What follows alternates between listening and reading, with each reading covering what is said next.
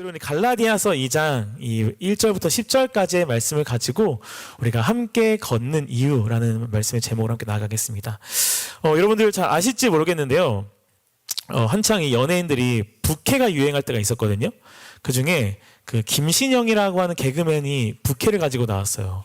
그 둘째 이모 김다비라는 그 부캐를 가지고 나와서 트로트를 불렀어요. 아시는 분도 있겠지만 이 주라주라라는 트로트를 불렀거든요. 근데 이 노랫말 가사가 현대 직장인들의 애환을 담은 노래였습니다. 그래서 가사가 참 재밌어요.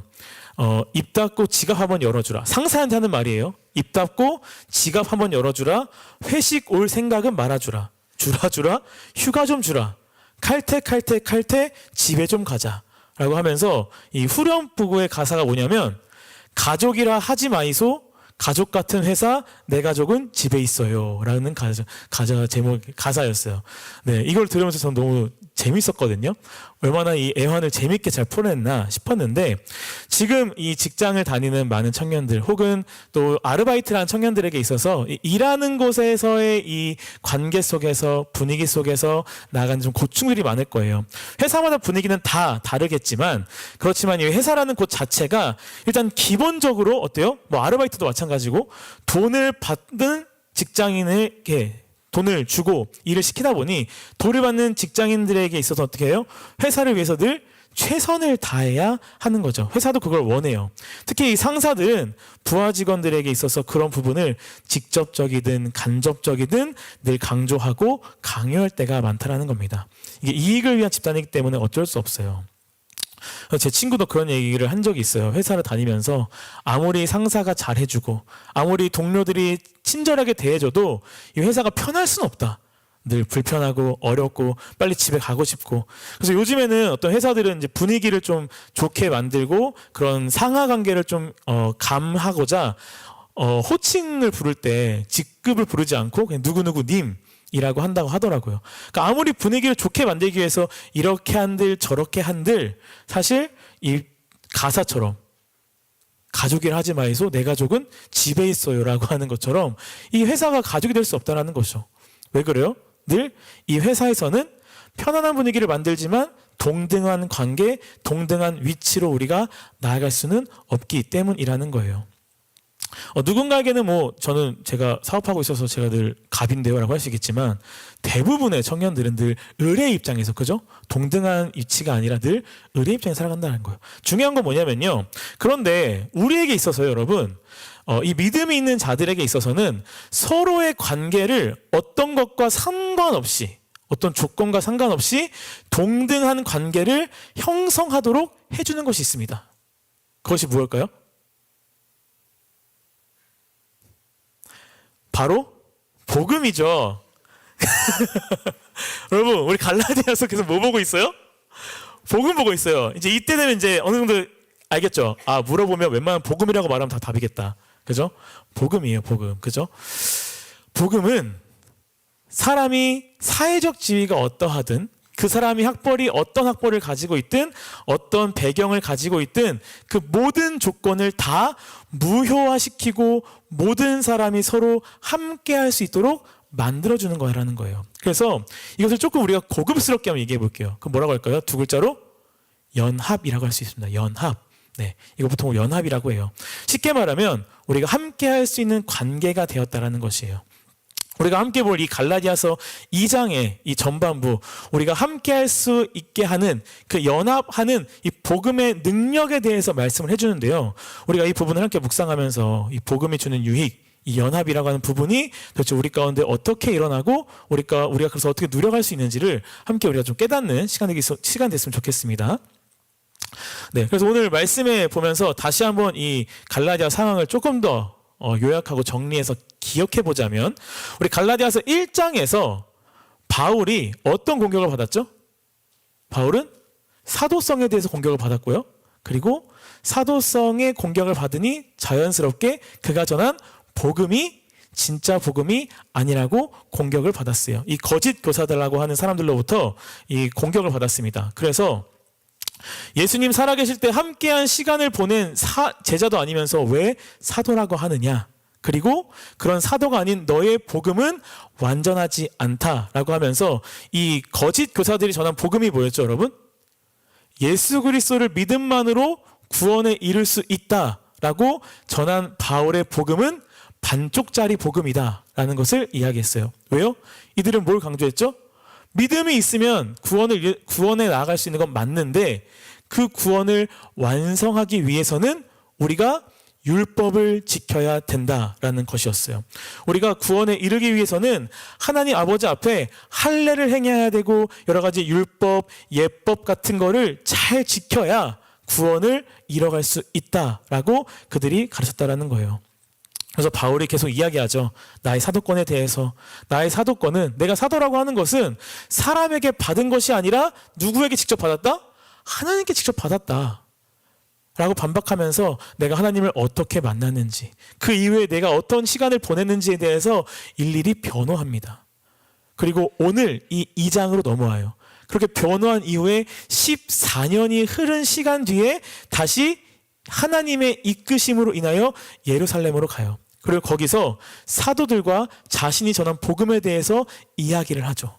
그리고 내가 전한 복음이 그들이 전한 복음과 그들이 예수 그리스도를 통해 알게 된 복음과 같은지 아닌지를 확인하게 됩니다. 계속해서 바울은요, 자신을 향한 의심에 대해서, 진리가 왜곡되는 것에 대해서 계속 변론하고 있고 바로잡고자 하는 거예요. 그러니까 내가 의심받는 거에서 내가 억울한 것뿐만이 아니라 내가 의심받으니 내가 전하는 복음조차도 의심되니 이 모든 것들을 변론한다라는 것이죠. 그래서 제가 계속 몇 주 동안 똑같은 이야기를 하는 것처럼 느낄 수가 있어요. 같은 말하고 같은 말하고 같은 말하고. 그런데 여러분, 좀 너무 하나님의 사역에 대해 감탄하게 되는 게 뭐냐면요, 사실 오늘의 말씀 이야기도 1장의 이야기랑 계속 연결되어지는 거예요. 똑같은 이야기가 반복되어지는 것처럼 느낄 수 있어요. 바울은 계속 나를 변호하고 내가 전한 복음이 진짜 복음이라고 변론하고, 그런데 하나님께서는 그 변론 가운데 바울이 진짜 사도인지 아닌지를 구별하는 것뿐만이 아니라 우리 가운데 복음이 주는 의미들을 계속 말씀하고 있다는 거예요. 특별히 오늘은 뭐예요? 이 복음이 주는 유익 중에 연합이라고 하는, 아까 우리가 서론에서 잠깐 언급했던 이 연합이라고 하는 부분에서 우리에게 말씀하고 있다는 것이죠. 바울이 오늘 예루살렘으로 가서 다른 사도들을 만나게 됩니다. 2절 말씀에 이렇게 돼 있어요. 2절 말씀 우리 같이 한번 읽어볼까요? 시작. 계시를 따라 올라가 내가 이방 가운데서 전파하는 복음을 그들에게 제시하되 유력한 자들에게 사사로이 한 것은 내가 다름질하는 것이나 다름질한 것이 헛되지 않게 하려 함이라. 바울이 어디 갔대요? 예루살렘으로 가서 누굴 만났대요?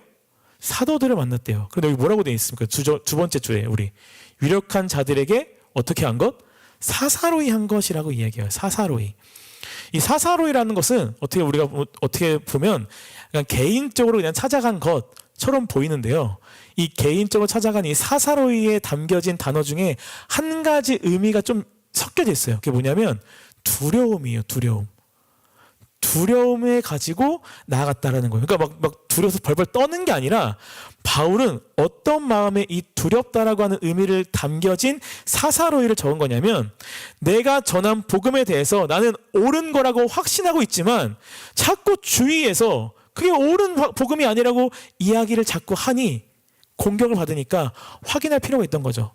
그래서 확인 가운데 내가 그동안 했던 이 모든 사역들, 그리고 내가 할 모든 사역들이 헛된 사역이 아니기를 바라는 마음도 있었을 거예요. 혹시 모르잖아요. 내가 잘못 전했을 수도 있으니 그런 마음에 이 사역이 헛되지 아니하고 진실한 복음이 온전히 전해지길 바라는 마음으로 바울이 나갔다라는 거예요. 바울은 이 모습만 봐도 여러분, 무엇을 너무 사랑하고 있음을 알 수 있어요? 복음을 너무 사랑할 수 있음을 알 수 있어요. 이 진리를 너무 사랑하고 있음을 알 수가 있다는 거예요. 나의 어떠함을 의심받는 것보다 내가 사도로서 의심받는 게 중요한 게 아니라 내가 사도로 의심받음으로 말미암아 하나님의 부활하심으로 인하여 찾아오신 것, 그의 부활하심, 그리고 그가 전한 복음이 왜곡되어지는 것에 대해서 더 두렵고 떨리는 마음으로 나아갔다는 겁니다. 우리는요, 이 믿음 가운데 늘 내가 의심받는 거, 내가 공격받는 것에 대해서 화가 날 때가 있고 그것에 대해서 늘 속상해할 때가 너무나 많아요. 진리가 공격을 받던, 다른 사람이 복음에 대해서 뭐라고 잘못 이야기하던 전혀 관심이 없다라는 겁니다. 누가요? 믿음이 있는 우리가요. 구원받은 우리가요. 여러분들이 얼마나 복음에 대해서 관심을 가지고 있고 이 진리라고 하는 말씀에 대해서 얼마나 사모함을 가지고 있는지 모르겠어요. 이 복음에 대해서, 이 진리에 대해서 진정한 사모함을 갖는 것이 우리의 참된 모습이라는 것이죠. 이것이 바울이 여기서 보여주는 이 사사로이라고 하는 단어에 담겨져 있다는 거예요. 바울이 그들을 향해 올라갔습니다. 그렇게. 그리고 3절을 보면 바울이 이렇게 고백해요. 우리 3절 말씀 한번 더 읽어보겠습니다. 바울 3절 말씀 시작. 그러나 나와 함께 있는 헬라인 디도까지도 억지로 할례를 받게 하지 아니하였으니. 네, 그들을 만나러 가는데요. 이 사도들을 만나러 가는데 누가 함께 있었어요? 디도라고 하는 사람이 함께 있었어요. 근데 디도에게는 뭐를 억지로 받게 하지 않았대요?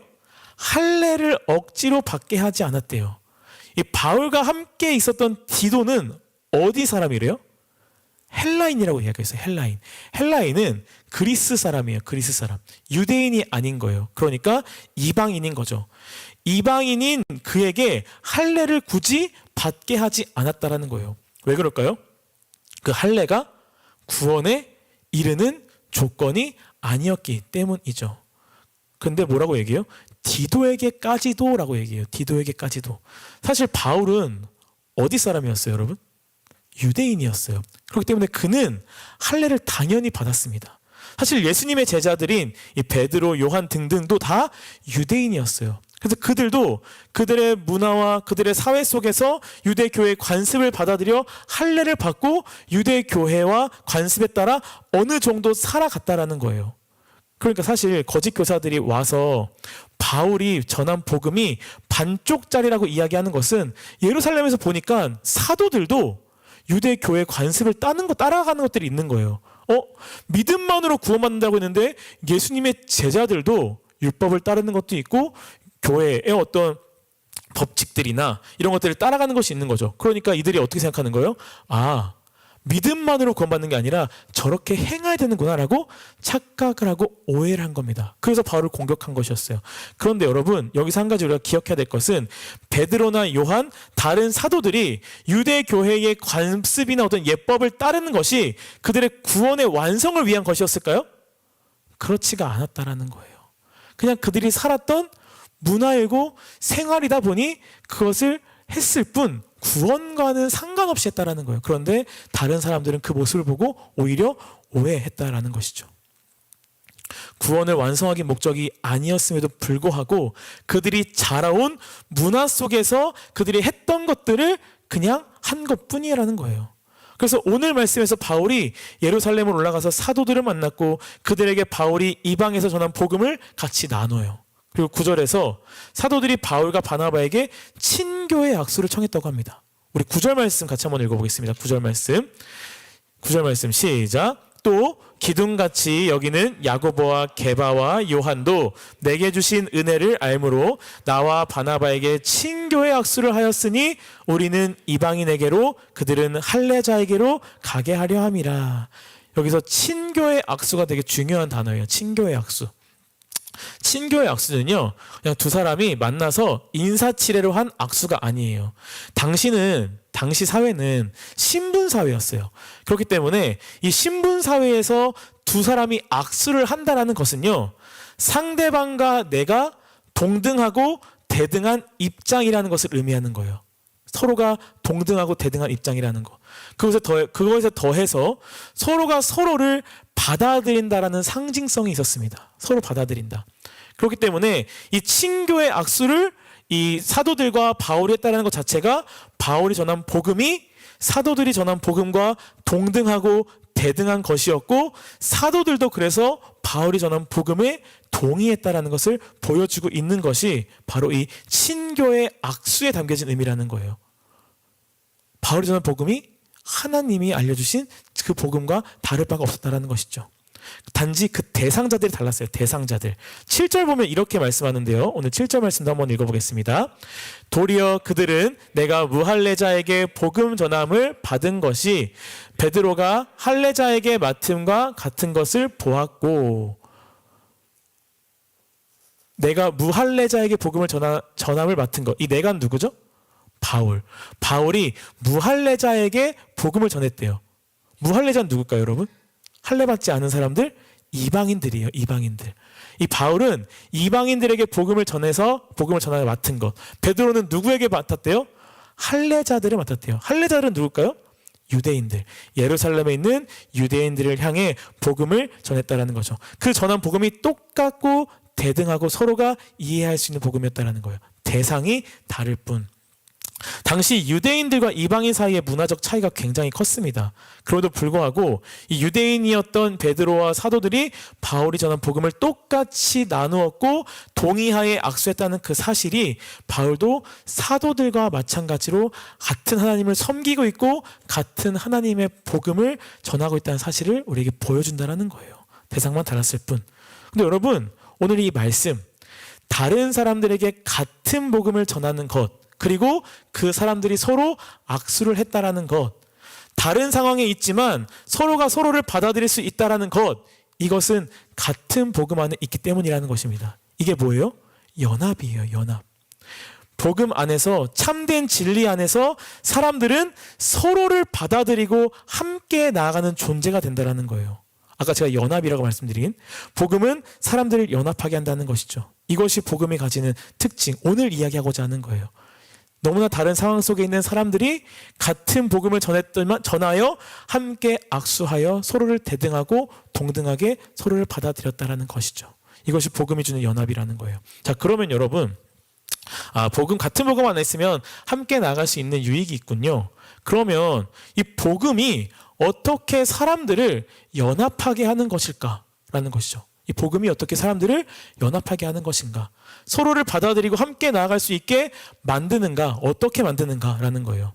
그 이유는 뭐냐면요, 이 복음이 주는 유익 가운데 무엇이 있냐면, 복음이 우리 가운데, 잘 들으세요, 복음이 우리 가운데 문화적으로, 정서적으로 자유를 낳게 만들어요. 복음이 우리 가운데 문화적, 정서적 자유를 낳는다는 겁니다. 뿐만 아니라 우리 가운데 사랑을 낳게 한다는 거예요. 사랑. 조금 좀 생소하게 어렵게 느낄 수 있어요. 문화적, 정서적 자유요? 이게 무슨 학교에서 들은 무슨 교양 과목 같은 단어죠? 목사님? 어떤 건지 제가 말씀드릴게요.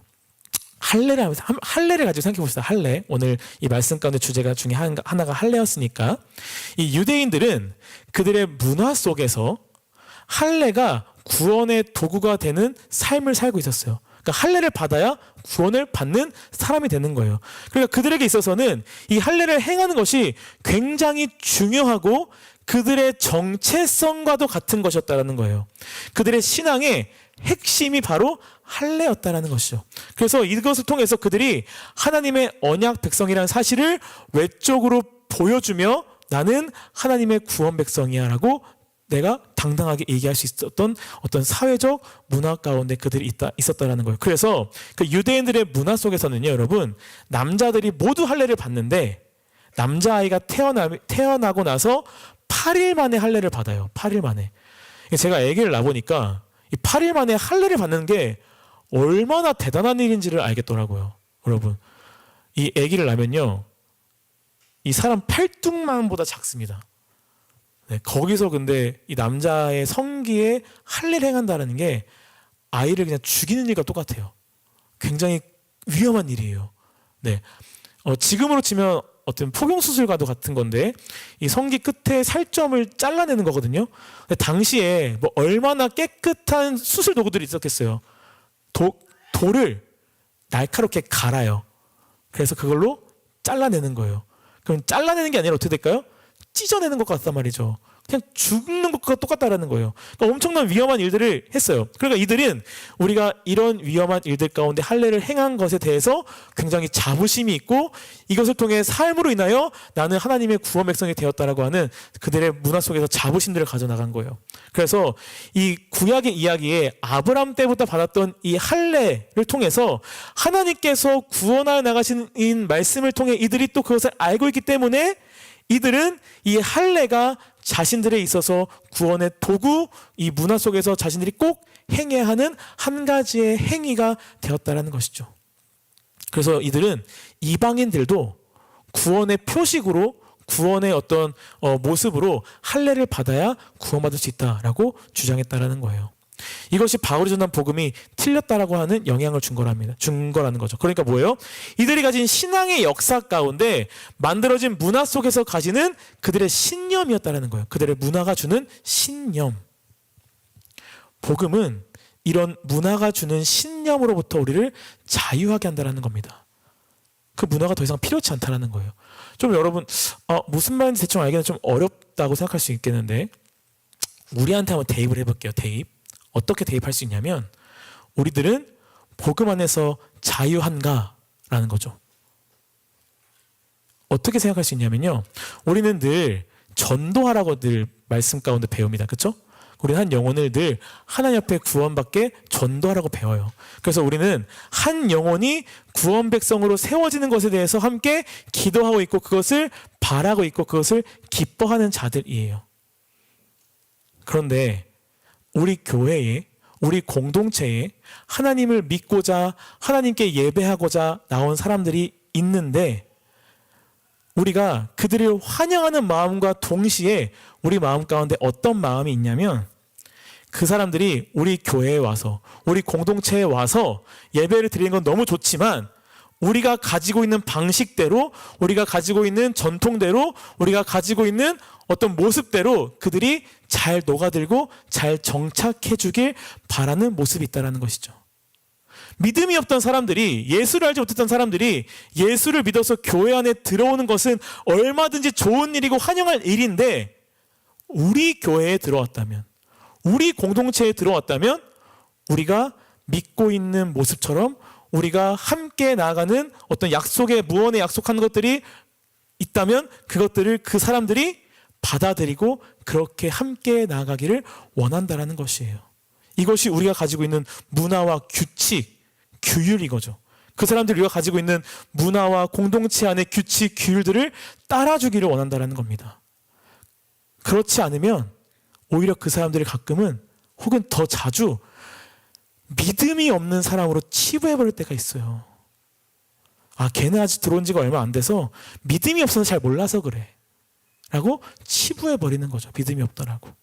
유대인들이 먼저 할례를 통해서 유대인들이 하나님의 구원 백성이 된다라는 것, 그 다음에 예수 믿기를 원하는 것처럼 우리도 우리가 가지고 있는 각자의 교회 문화에 먼저 익숙해지고 그 문화에 따라서 예수를 믿는 사람이 되길 원하는 습관과 문화가 우리 가운데 있다는 겁니다. 저 안에도 있어요. 필요한 부분도 있죠.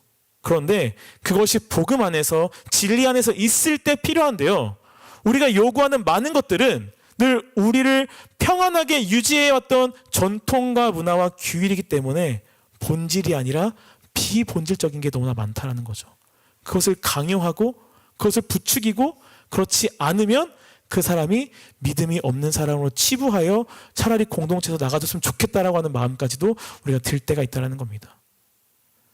이런 것들은 이런 문화와 이런 것들이 복음으로 인하여 자유하게 될 수 있다는 거예요. 자유하게.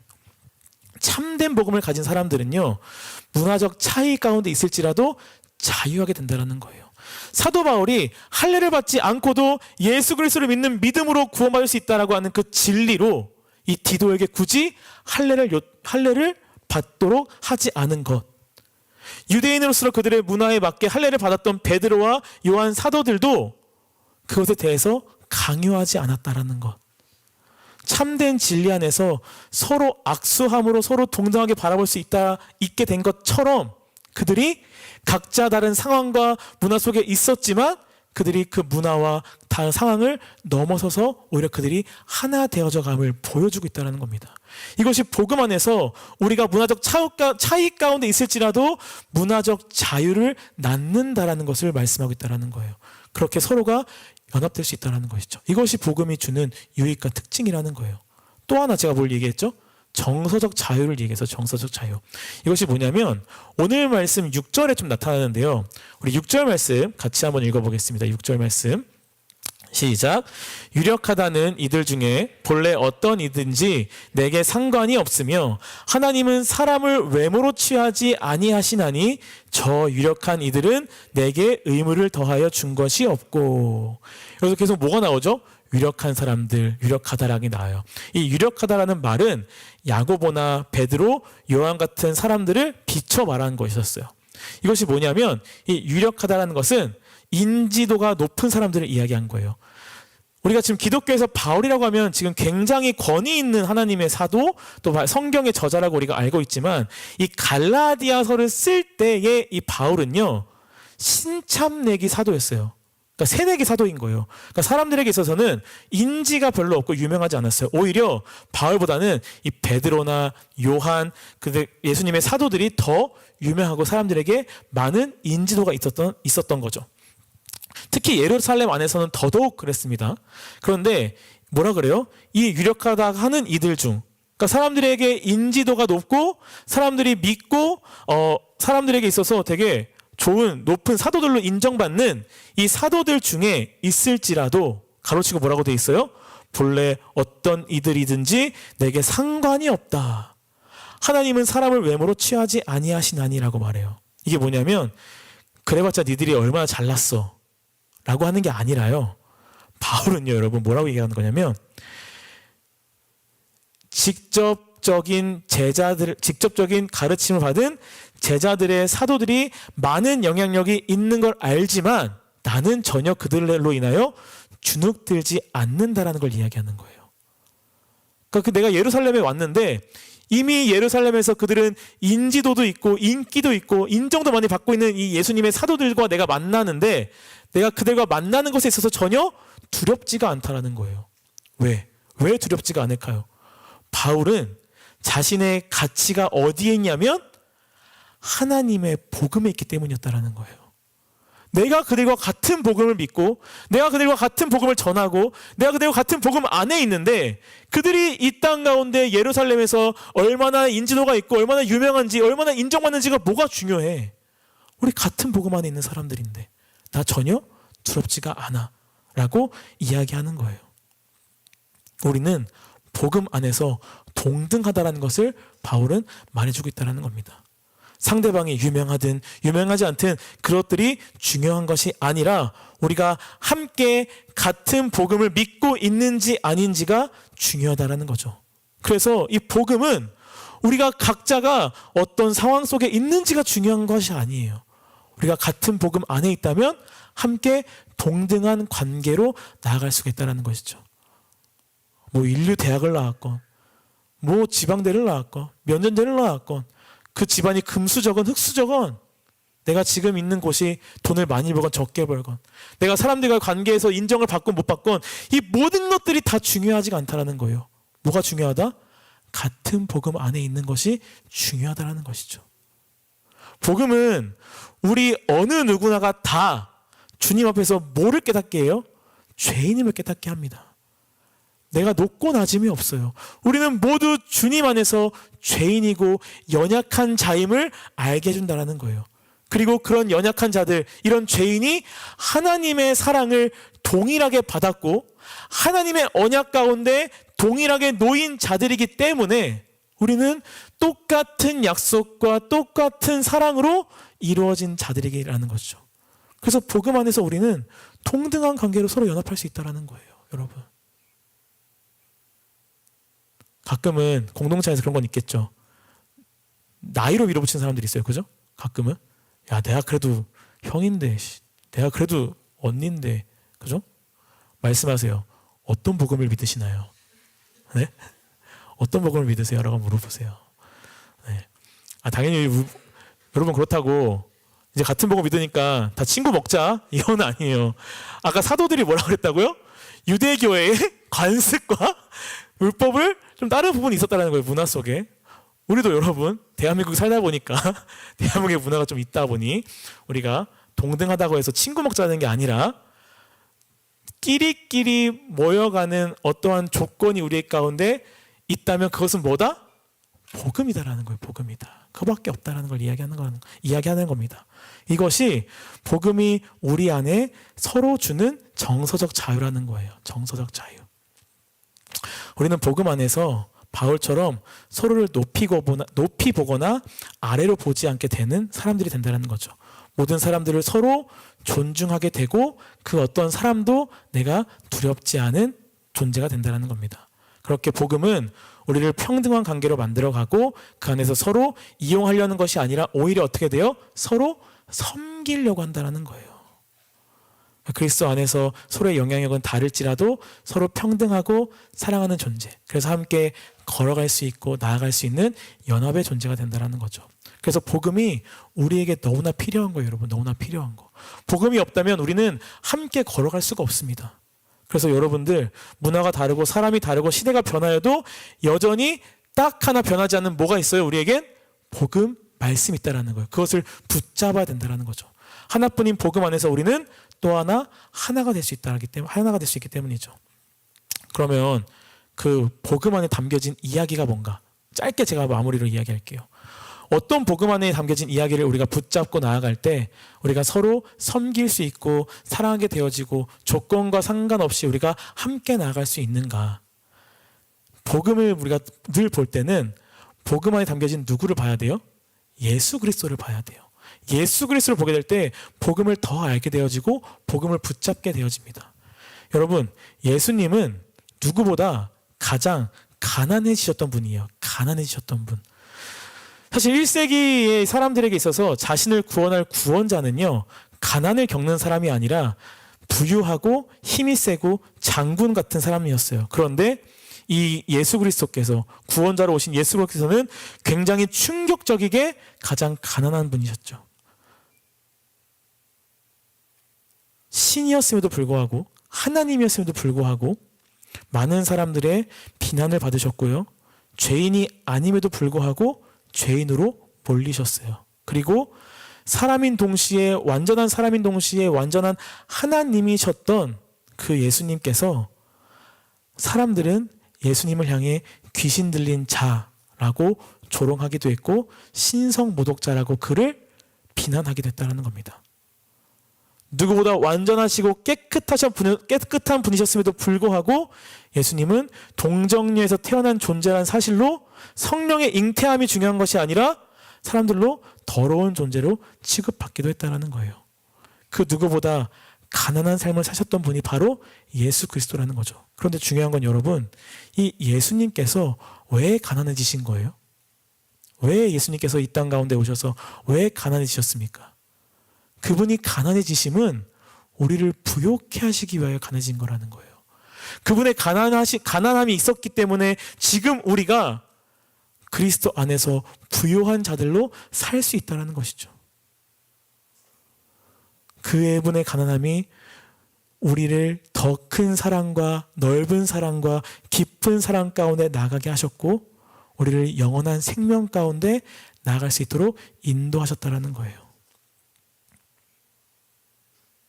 우리를 높여주시고 오히려 동등한 존재로 하나님 앞에 설 수 있도록 우리를 그리스도의 의의 옷을 입은 자들로 세워가 주셨다는 거죠. 이 복음에 담겨진 그의 낮아지심을 볼 때 우리는 서로 사랑할 수 있고 섬길 수 있다는 겁니다. 그의 낮아지심은 우리를 부욕해 하시기 위함이었지만 그가 낮아지심은 우리가 죄인이고 연약한 자였기 때문이라는 거예요. 어느 한 사람이 아닌 그리스도의 모든 백성들이 말이죠. 복음은 우리를 그 그리스도의 낮아짐 속에 우리가 어떠한 존재인지를 깨닫게 합니다. 내가 지금은 좀 잘 나가는 것처럼 인생에 좀 우리가 좀 성취한 것처럼 느껴져서 내가 저 사람보다 나은 것처럼 느껴지고 살아갈지라도 복음 안에 들어가면 우리는 똑같은 죄인이며 연약한 자이고 그리스도의 사랑 가운데 태어난 하나님의 새로운 백성들이라는 거예요. 그 복음이 우리를 연합케 하고 섬기게 한다는 것이죠. 여러분, 우리가 함께함은 너무나 큰 기쁨인 줄로 믿습니다. 어떠한 믿음의 가정 가운데 있던 어떤 환경 가운데 있건 우리가 예수 그리스도로 말미암아 하나님 앞에 나아갈 수 있는 모든 동일한 백성들이 되었다라는 것. 바울을 통해 이방인에게, 사도들을 통해 유대인에게 동일한 복음을 전하셔서 그들이 손을 맞잡게 한 것처럼 우리가 믿고 있는 같은 복음이 우리를 하나 되게 했다는 사실입니다. 우리는 서로 정복하고자 하는 존재가 아니라 이제 어떻게 되는 주제예요? 서로 사랑할 수 있는 존재들이고 눈의 가시가 아니라 나의 또 다른 연약함으로 우리 서로를 바라보는 존재가 되었다는 거예요. 그 누군가의 연약함, 죄악됨은 나의 연약함, 죄악됨이 될 수도 있기 때문이라는 거죠. 복음을 붙잡을 때 우리가 함께 나아가는 그 사랑이 우리 가운데 흘러넘치게 됩니다. 복음을 바라볼 때 우리가 함께 연합해져가는 아름다움이 세워질 수 있다는 거예요.